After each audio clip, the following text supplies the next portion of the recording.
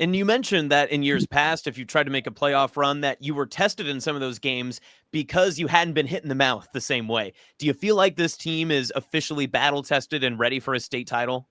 Absolutely. Like I said, Stewart's a really good team. Layton's a good team, and they played really well this year. They played Stewart tough. So we've had a couple good tests. I think out of our 11 games, we've only played 4 full games with our starters. The other ones we're done at halftime or before halftime. So we've played physical teams, but we're a physical team. So that's going to be our goal. Is Friday we got to be the more physical team, and we got to be the team that doesn't make the mistakes. This summer we went to Showdown, and we knew we had a good football team, and the team set a goal at the beginning of the season that they wanted to win one playoff game and earn themselves a home playoff game.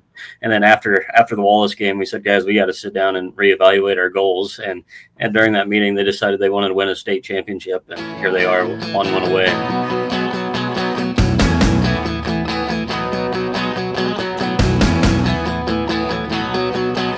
Welcome back to another episode of Small Town Ball as we are previewing all of the state championship matchups across Nebraska, and we are back into 6-man football action. Coach, congratulations. Garden County is into the state championship for the very first time. What a fantastic playoff run that you guys have had so far this year. How's the season come along to get you to this moment? It was a great regular season. We were lucky enough to pick up Stewart. We had Banner County, they forfeited, and Stewart was a game we needed. That kind of showed us right where we were at. And Stewart's a good team. And, when I saw they were on our side of the bracket, it made me nervous. Definitely it's tough to beat a good team twice. Stewart's big and physical. They're well coached. But I thought we played well again in that semifinal game. And, it's just been a great year for our players. They worked hard in the off season, and it's good for the school and definitely good for the community. First time in the state championship, and there's a lot of excitement around here, and I expect a really good crowd down at Kearney.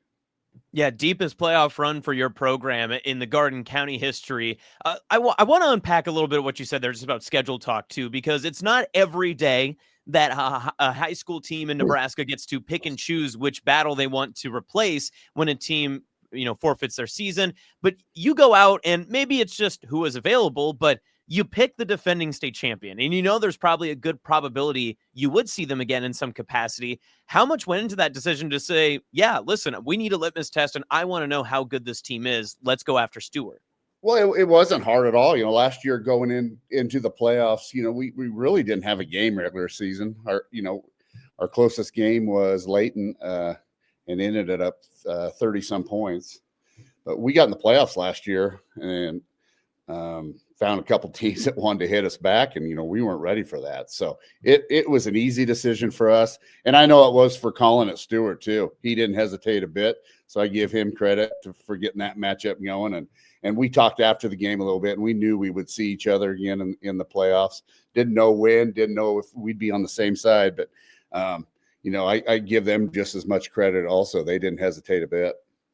Yeah, that's always the tough part too. And I know that's something that you have to deal with year in and year out is your location for Garden County, regardless of how good competitive your team is. Sometimes your schedule will just wildly differ depending on PowerPoints because of the availability of other teams in your area. And so then you have to go out and travel more. Was that something that was kind of on your mind when getting ready for this season and maybe trying to restructure a schedule when you knew that could be an opportunity to say, listen, I know how good this team could be, but I want to see where some of our tests could come, even as the Panhandle did improve this past season? And it did. And we got some help from some teams we played this year. Last year, we didn't get a whole lot of help from our opponents, but we did this year. But now we tried all summer to find a game, and we were looking in Colorado. We looked in Kansas. We looked in Wyoming, and we just couldn't find one. And, we started the season thinking we're not going to have one. And when Heartland Lutheran forfeited, and there were 3 or 4 teams that we had an opportunity to play. We definitely wanted Stewart, but we were going to take anything we could get at that time. And you mentioned that in years past, if you tried to make a playoff run, that you were tested in some of those games because you hadn't been hit in the mouth the same way. Do you feel like this team is officially battle tested and ready for a state title? Absolutely. Like I said, Stewart's a really good team. Layton's a good team. And, they played really well this year. They played Stewart tough. So, we've had a couple good tests. I think out of our 11 games, we've only played 4 full games with our starters. The other ones we're done at halftime or before halftime. So, but Stewart gave us all we could handle both games. And, Layton kind of had a slow start. We jumped up on them early, but they're a good team also. So, and give Silver Lake come in and played us. They were really physical. They were a lot, watching them on film, I knew they were going to be, and everybody I talked to said they were, and, they didn't disappoint in that area also. So, we've played physical teams, but we're a physical team. So, that's going to be our goal is, Friday, we got to be the more physical team, and we got to be the team that doesn't make the mistakes.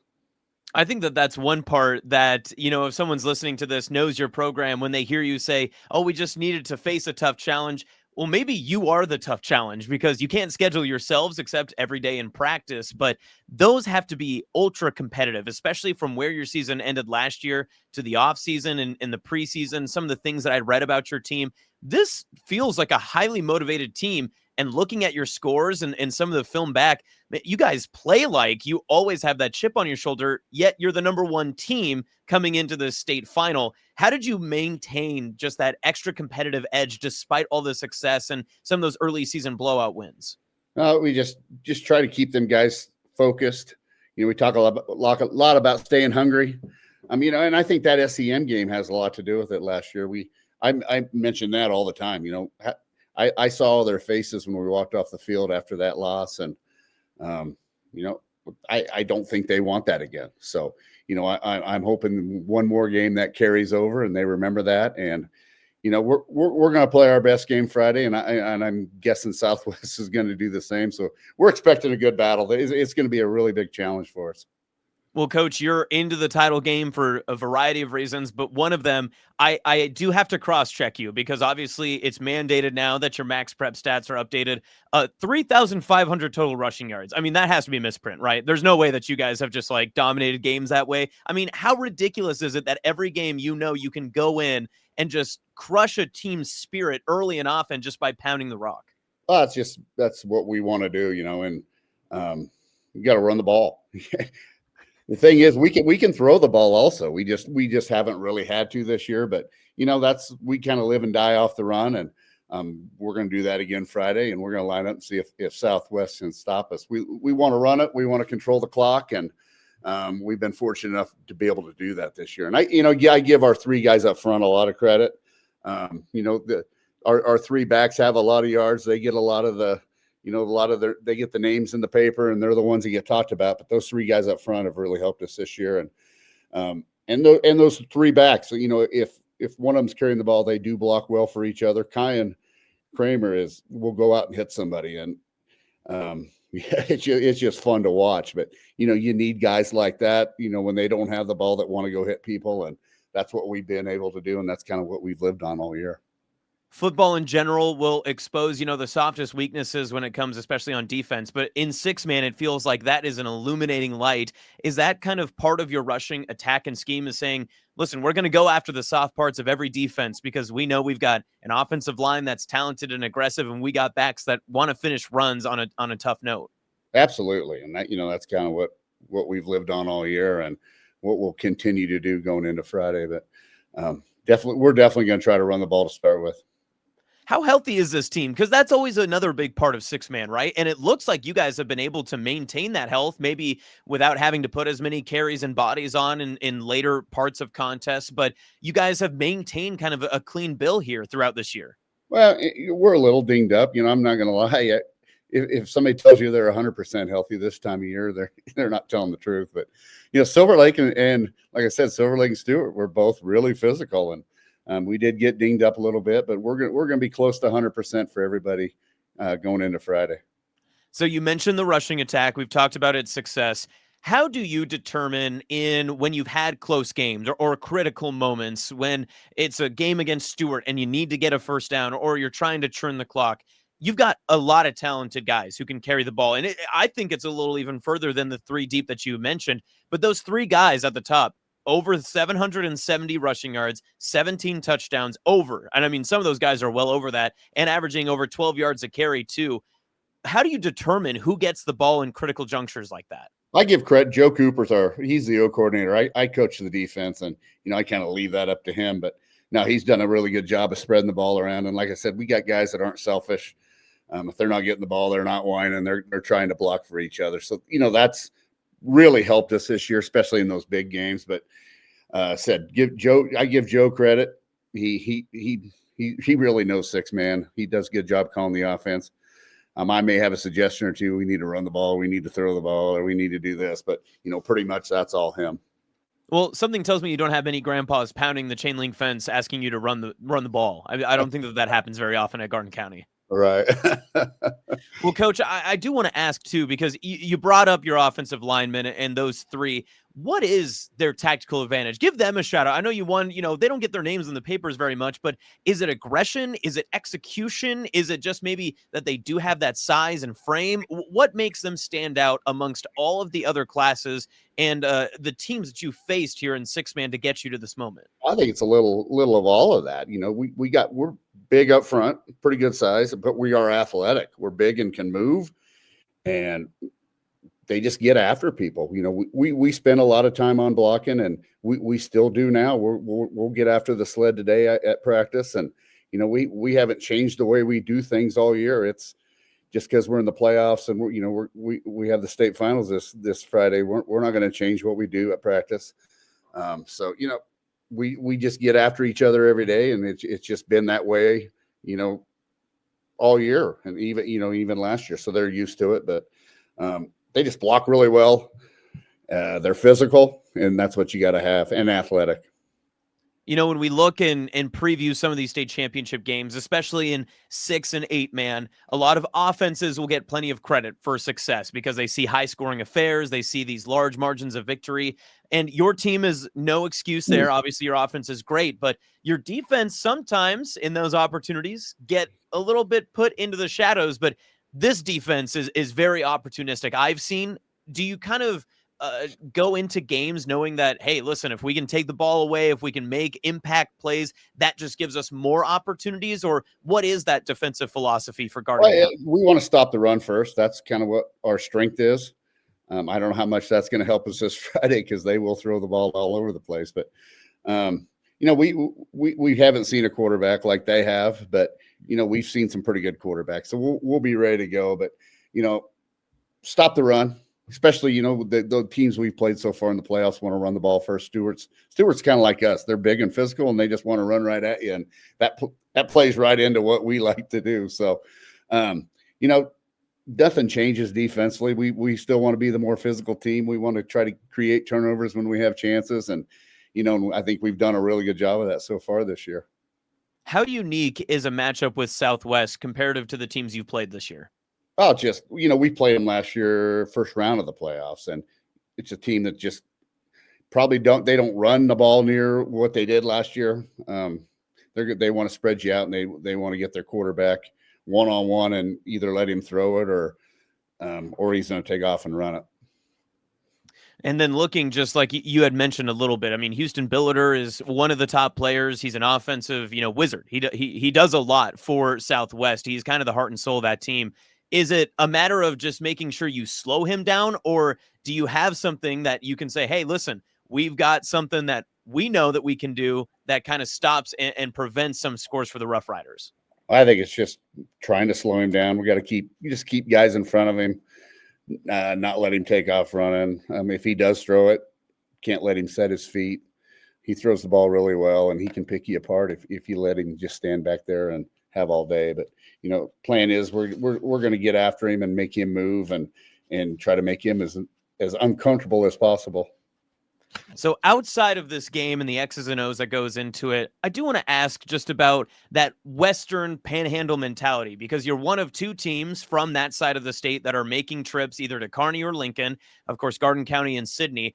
And I know I'm from the area. There's probably not many ties between Oshkosh and Sidney, but Is there another sense of just pride that comes with it? Because even in six-man, everyone comes from smaller communities themselves. But is there a little more pride knowing that, hey, we're not coming from the most populated part of the state? We're representing kind of an entire area, and maybe for better or worse, it's added pressure or it's a little extra motivation.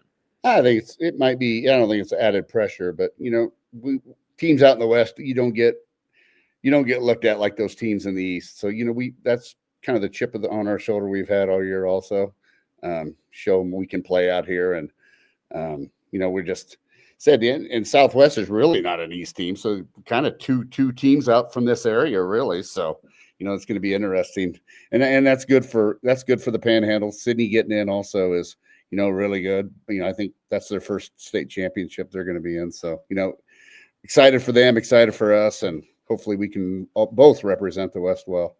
You do get the Mountain Time bump, though. I'm not convinced that Southwest gets the Western rep just because they're in Central Time. I don't know how that works. That's just kind of the opinion that I've gotten. So, yeah, you're probably right. But we're out west, and like I said, not very often do teams out here, get into the finals. So we're excited about the chance.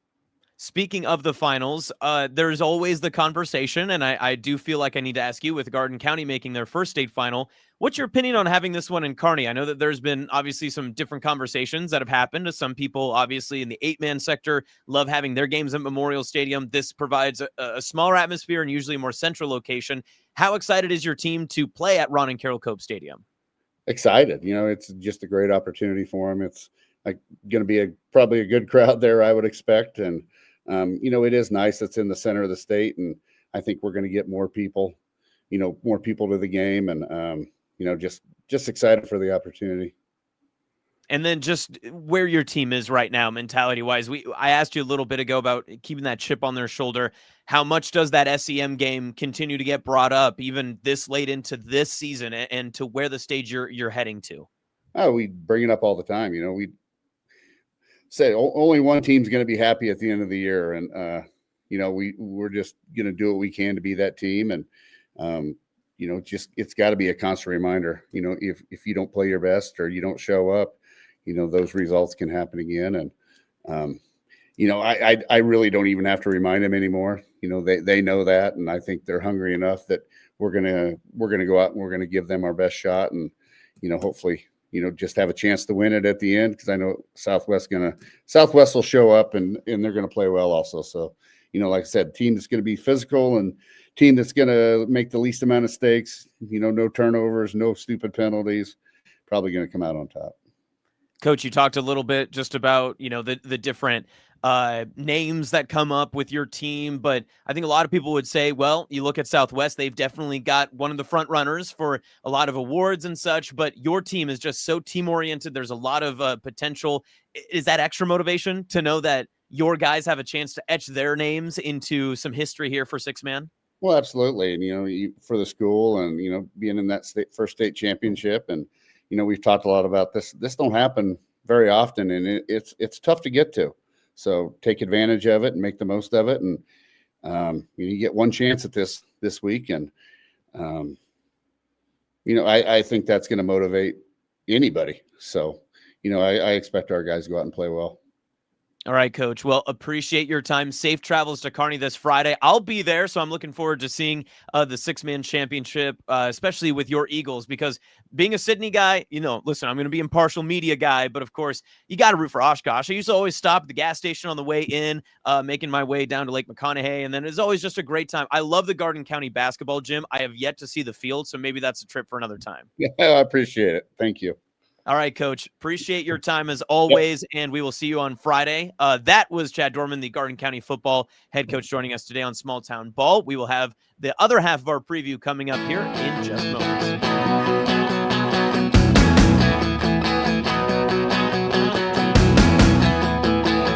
Welcome back to Small Town Ball, production of Hurrdat Sports and MLB Preps, as we are welcoming on Christian Arterburn, the head coach for the Southwest football Roughriders, and the Riders have definitely rolled this season. Coach, congratulations for a state championship appearance in school history. How did it feel knowing that those goals that you had set out in the preseason, and of course the expectations that you've had through years past, have finally come to a head as you're heading to Kearney on Friday? I mean, it's a great feeling, something that's almost undescribable. And you kind of talked about our goals. And this summer we went to Shattern, and we knew we had a good football team. And the team set a goal at the beginning of the season that they wanted to win one playoff game and earn themselves a home playoff game. And then after the Wallace game, we said, guys, we got to sit down and reevaluate our goals. And during that meeting, they decided they wanted to win a state championship. And here they are, one win away.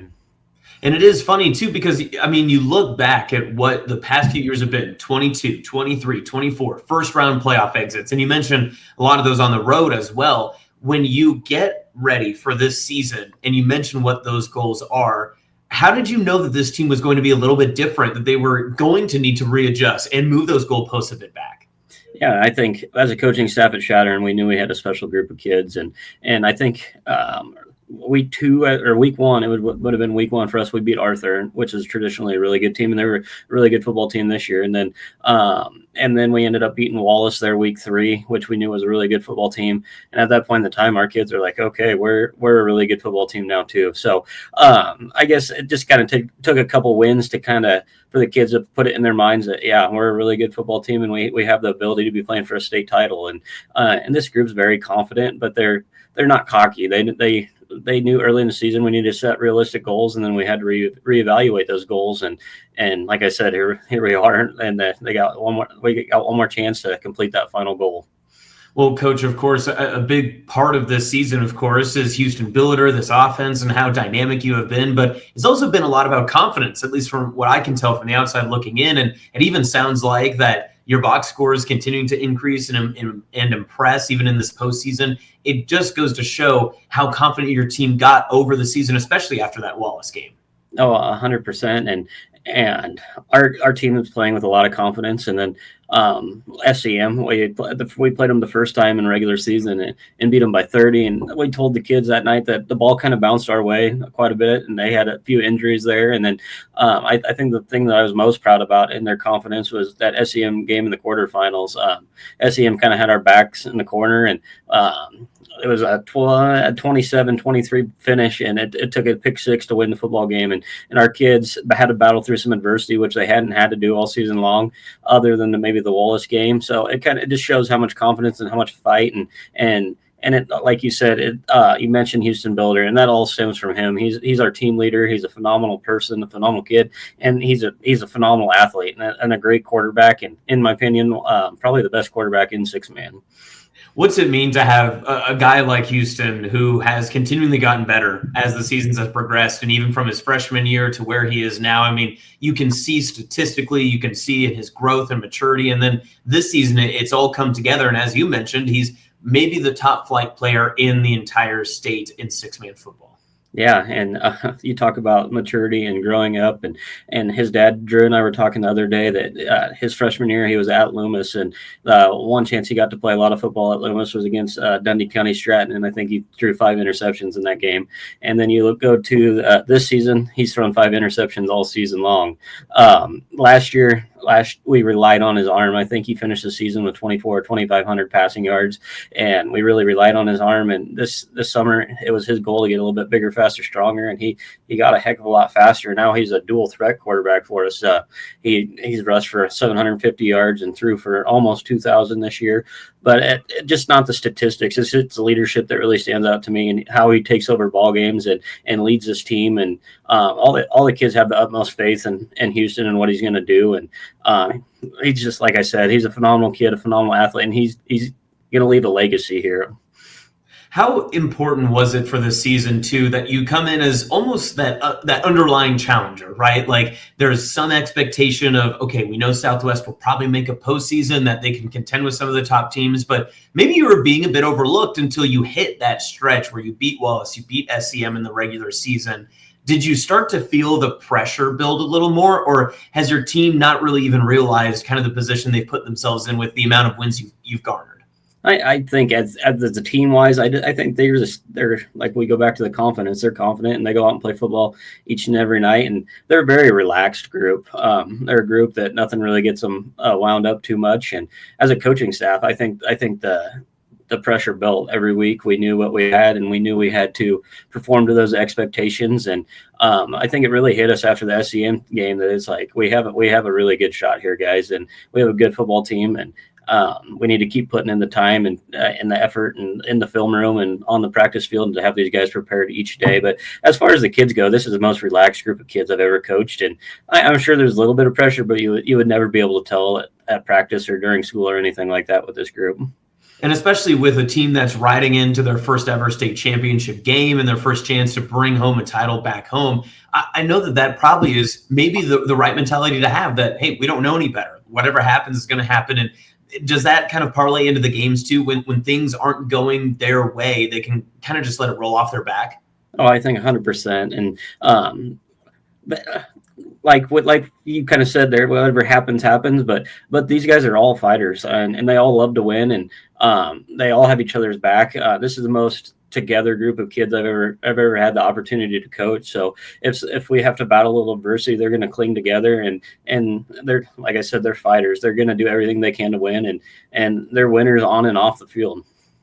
How important was it to get not only those notches in your belt of good teams, being Wallace, like you mentioned, SEM a couple of times, but taking down those teams that have big names in this stage? I mean, Sumner Eddyville Miller has been one of those premier six-man teams over the past couple of years since the turn of the decade, and you were the one who took them down twice and ended their season. Is there something to that, hey, listen, your team has really built up their own type of legacy this season? Yeah, 100%. And we talked about that before the SEM week, that they're been there, done that team. I think they played in the last two finals and maybe the semifinal for that. And before that, and Coach Horowski's done a heck of a job at SEM. And we knew having them in the quarters was going to be a challenge. Even beating them by 35 in the regular season, we knew we were going to get a different kind of football game. And they've been there, done that. And our kids had never been there, done that.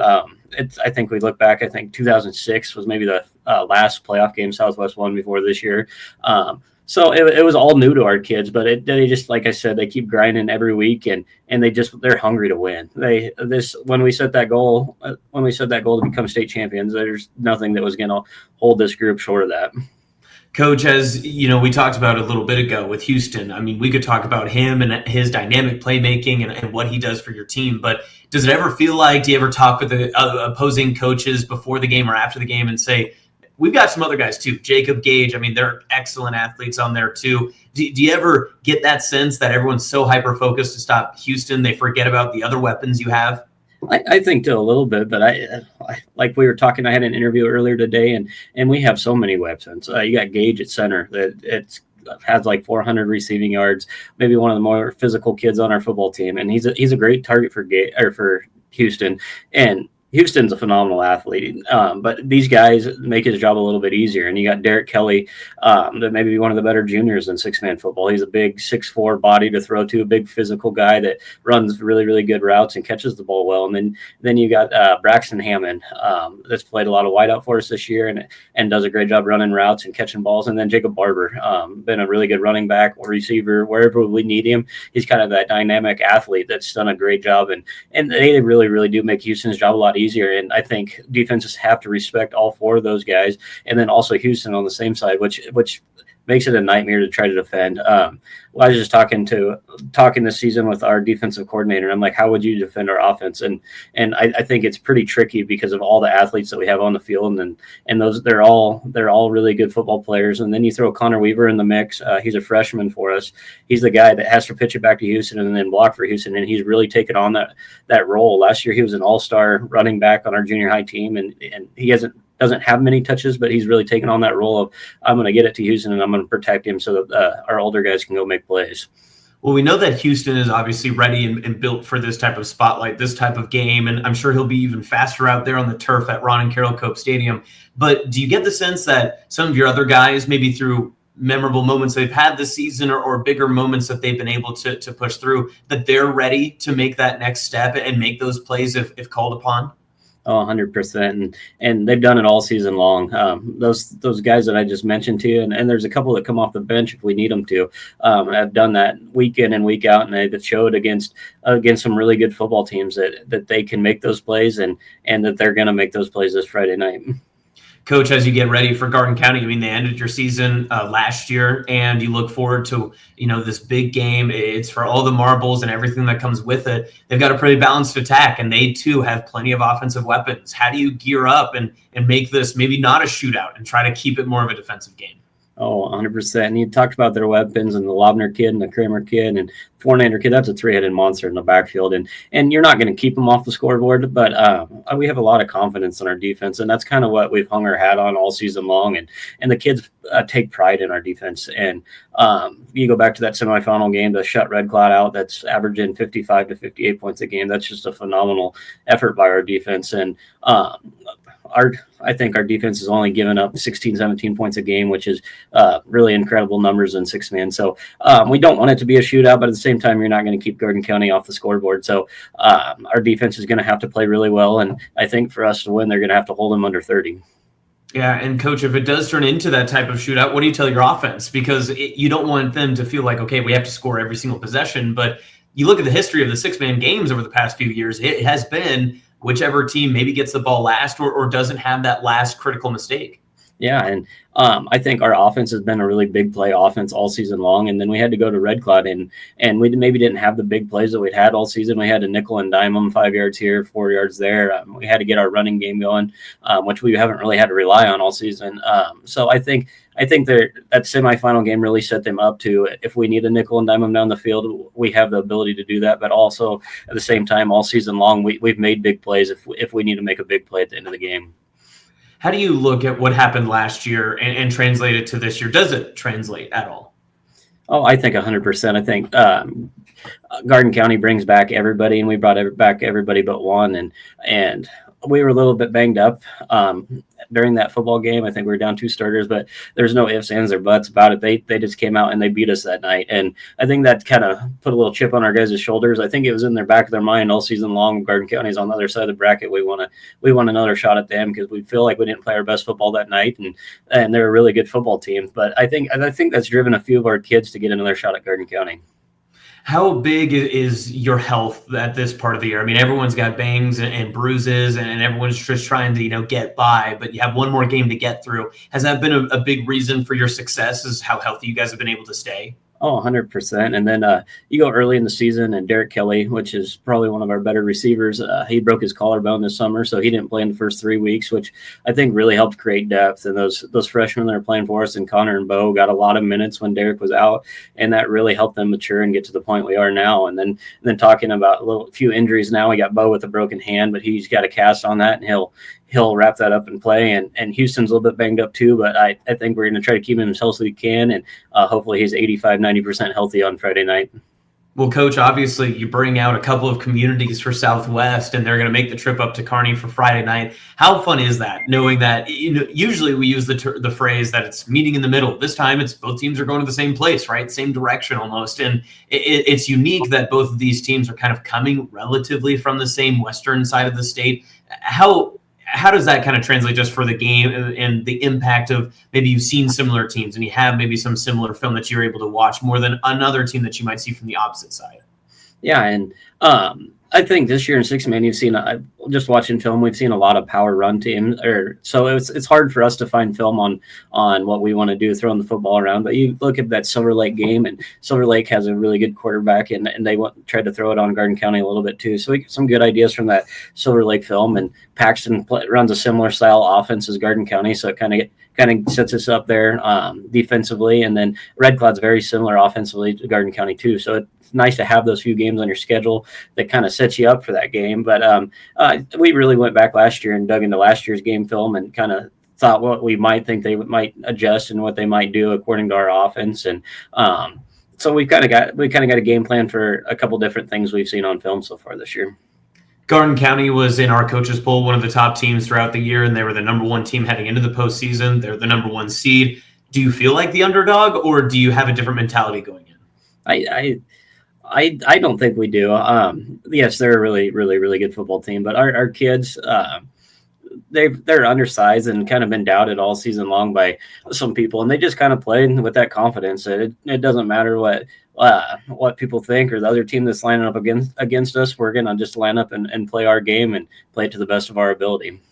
All right, Coach. Well, best of luck. Safe travels out to Kearney. Do have to ask, I mean, how many, do you have like a parade route that you guys are going to be taking up to Kearney? Because you got a couple of communities to be able to get through, to be able to make sure that everyone's getting there at the same time on Friday. Yeah, we got all the local fire departments that kind of make up our school are going to meet us in Bartley and lead us out. So we'll have a little parade on Main Street of Bartley and then head on over to Kearney. Love that. All right, Coach. Well, appreciate your time here today, and thanks for spending some time with us. Best of luck, safe travels, and stay healthy for that Friday night 6-man championship game. Hey, thanks for the coverage, Austin. All right, that was head coach Christian Arterburn of Southwest Football joining us today on Smelltown Ball. We'll have plenty more coming for you for the rest of the NSAA State Championship previews right here, Hurrdat Sports and NEB Pros.